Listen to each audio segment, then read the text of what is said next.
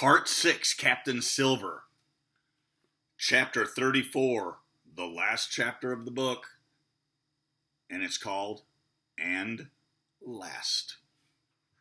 The next morning we fell early to work for the transportation of this great mass of gold near a mile by land to the beach, and thence 3 miles by boat to the Hispaniola, was a considerable task for so small a number of workmen.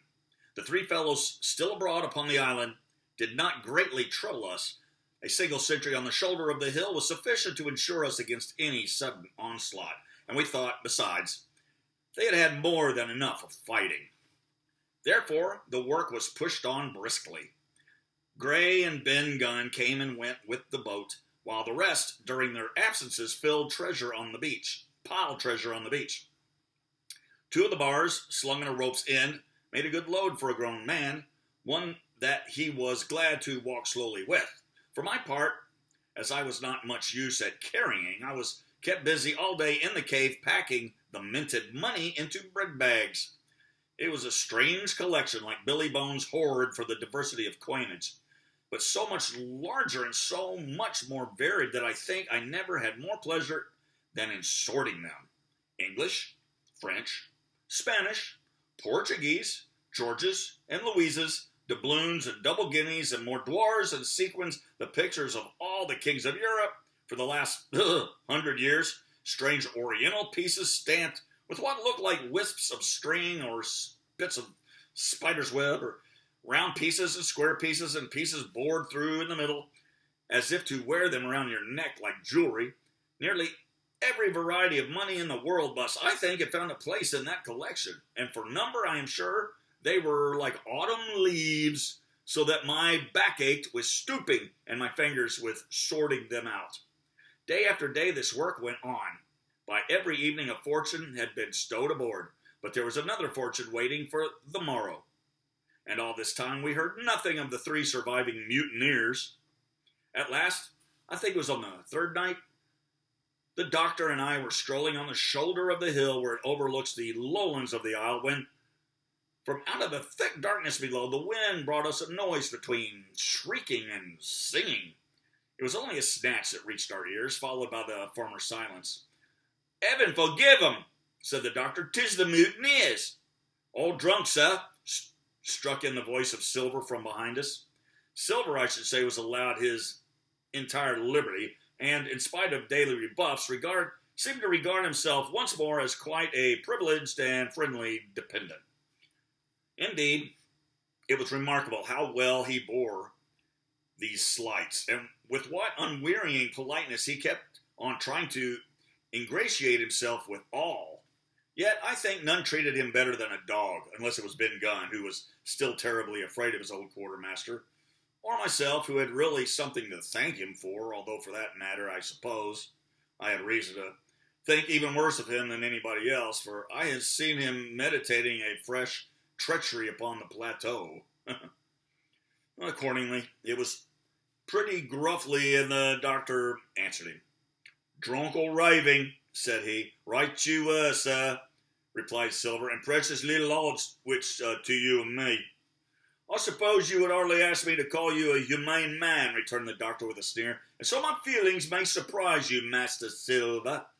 If I was sure they were raving, as I am morally certain one, at least, of them is down with fever, I should leave this camp, and at whatever risk to my own carcass, take them the assistance of my skill." "Ask your pardon, sir, you would be very wrong," quoth Silver. "You would lose your precious life, and you may lay to that. I'm on your side now, hand in glove, and I should have wished for you to see the party weaken, let alone yourself, seeing as I know what I owes you. But these men down there, they couldn't keep their word. No, not supposing they wished to, and what's more, they couldn't believe as you could." "No," said the doctor, you're the man to keep your word, we know that." Well, that was about the last news we had of the 3 pirates. Only once we heard a gunshot, a great way off, and supposed them to be hunting.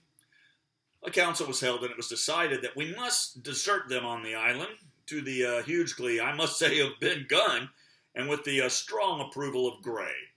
We left a good stock of powder and shot, the bulk of a salt goat, a few medicines, and some other necessaries, tools, clothing, a spare sail, a fathom or two of rope, and by the particular desire of the doctor, a handsome present of tobacco. That was about our last doing on the island. Before that, we had got the treasure stowed and had shipped enough water and the remainder of the goat meat in case of any distress. And at last, one fine morning, we weighed anchor, which was about all that we could manage, and stood out of the North Inlet, the same colors flying that the captain had flown and fought under at the Palisade. The three fellows must have been watching us closer than we thought, for as soon as we had proved. For coming through the Narrows, we had to lie very near the southern point, and there we saw all three of them kneeling together on a spit of sand, with their arms raised in supplication. It went to all our hearts, I think, to leave them in that wretched state, but we could not risk another mutiny, and to take them home for the gibbet would have been a cruel sort of kindness.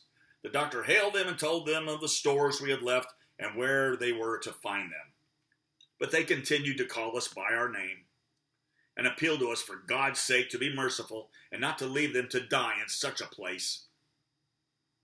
At last, seeing the ship still bore on her course and was now swiftly drawing out of earshot, one of them, I know not which it was, leaped to his feet with a hoarse cry, whipped his musket to his shoulder, and sent a shot whistling over Silver's head and through the mainsail.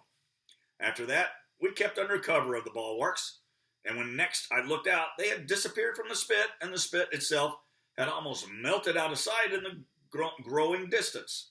That was, at least, the end of that. And before noon, to my inexpressible joy, the highest rock of Treasure Island had sunk into the blue round of the sea. We were so short of men that everyone on board had to bear a hand, only the captain lying on a mattress in the stern and giving his orders, for, though greatly recovered, he was still in want of quiet. We laid her head for the nearest port in Spanish America, for we could not risk the voyage home without fresh hands. And as it was, what with baffling winds and a couple of fresh gales, we were all worn out before we even reached that. It was just at sundown when we cast anchor in a most beautiful landlocked gulf, and were immediately surrounded by shore boats full of Negroes, the Mexican Indians, and half-bloods selling fruits and vegetables and offering to dive for bits of money.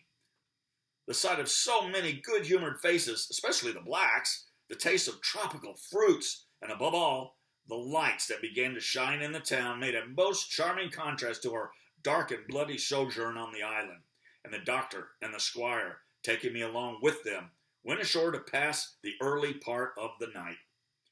Here they met the captain of an old English man-of-war, fell in talk with him, went on board his ship, and in short, had so agreeable a time.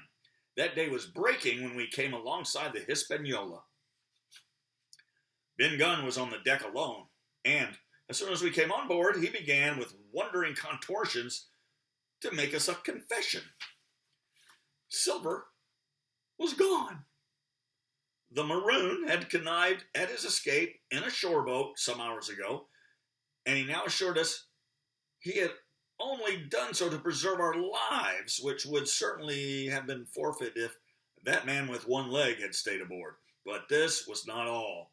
The sea cook had not gone empty-handed. He had cut through the ball head unobserved and had removed one of the sacks of coin, worth perhaps 300 or 400 guineas, to help him on his further wanderings. I think we were all pleased to be so cheaply quit of him.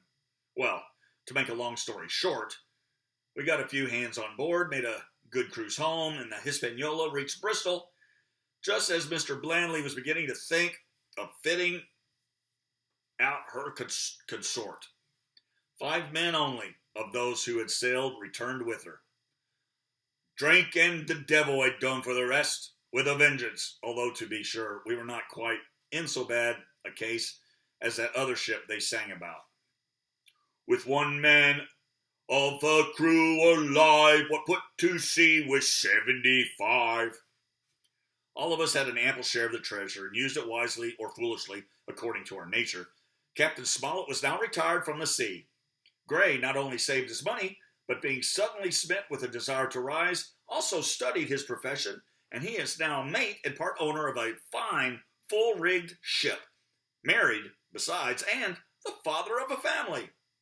As for Ben Gunn, he got £1,000, which he spent or lost in 3 weeks, or to be exact, in 19 days, for he was back begging on the 20th.